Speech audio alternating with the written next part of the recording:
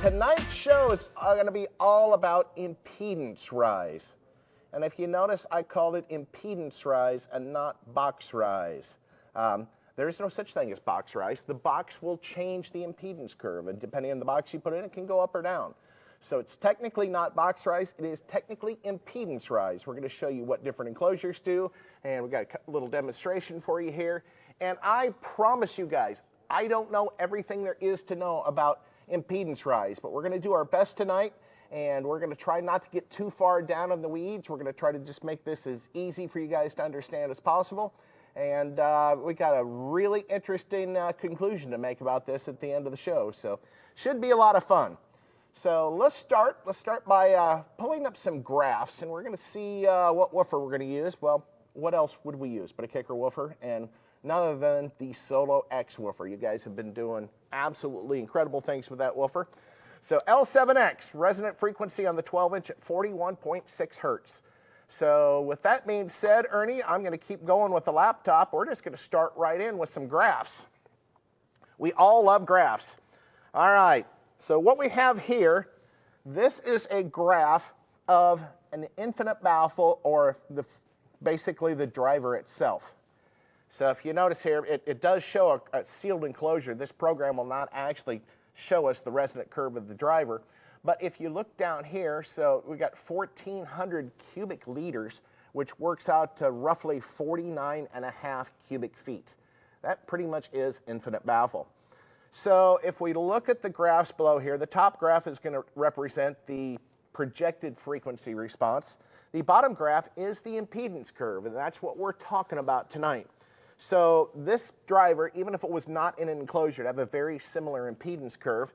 But if you notice, here at about 41, 42 hertz, I have the highest impedance of that driver, and it looks like 80, 90, about 85.5 ohms. This is wired up as a 4 ohm driver, and you can tell that by looking at this bottom half of the scale. Sorry, I was looking at the wrong scale. I get too many graphs were up here. So we are still up around 50 ohms, not quite 80 like I said before. That was actually 80.5 dB or 85.5 dB. So if you look down here, we're hovering around the 4 ohm range. So that is a 4 ohm driver, because your impedance curve will never go down below the DC resistance of the driver, or at least it shouldn't. There might be a few really specialized applications where it will, but got a nice smooth frequency response here. Here's your impedance curve. That means at this frequency, which is about 42 hertz, the amplifier is going to be seen, if we drag this across to the other side, approximately 50 ohms. So if you think you've got your amplifier wired at 50 or at 1 ohm or 2 ohms, and you've got this impedance curve, your amplifier is not going to be putting out a whole lot of power, but that's okay, because the driver and the box and the vehicle are going to make up that difference for you. So now let's look at graph number 2.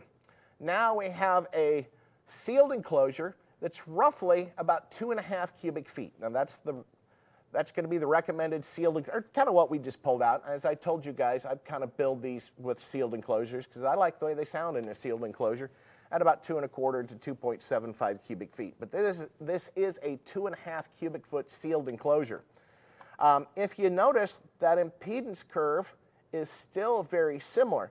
The difference being, by putting this driver in an enclosure, the enclosure is going to add some compliance. It's also going to add some resonance to the driver.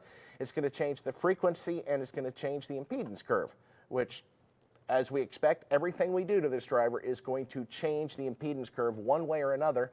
And once again, it depends on how you're set up and how your vehicle's tuned and what you're using as to if that's going to be better or worse for what you're trying to do.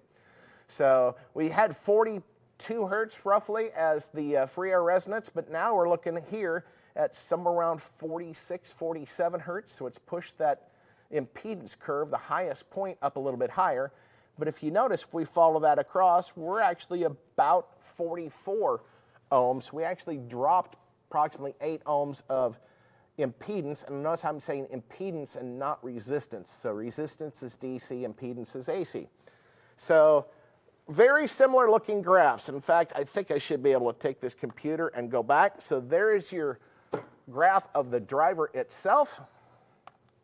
There is our fairly small sealed box. I mean, I think this thing would sound pretty darn good. So here we have a ported enclosure.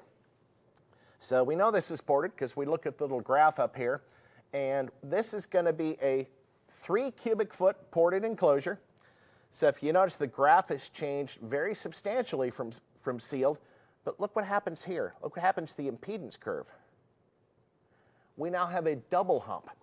In fact,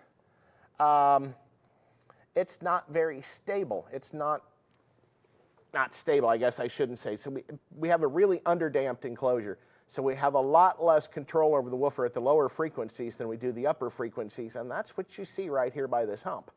And if you notice, this peak output in frequency is probably in the neighborhood of about 31, 32 hertz, which is where we told you we tuned that enclosure to, like in our loaded enclosures that we offer, the single and the dual loaded enclosures.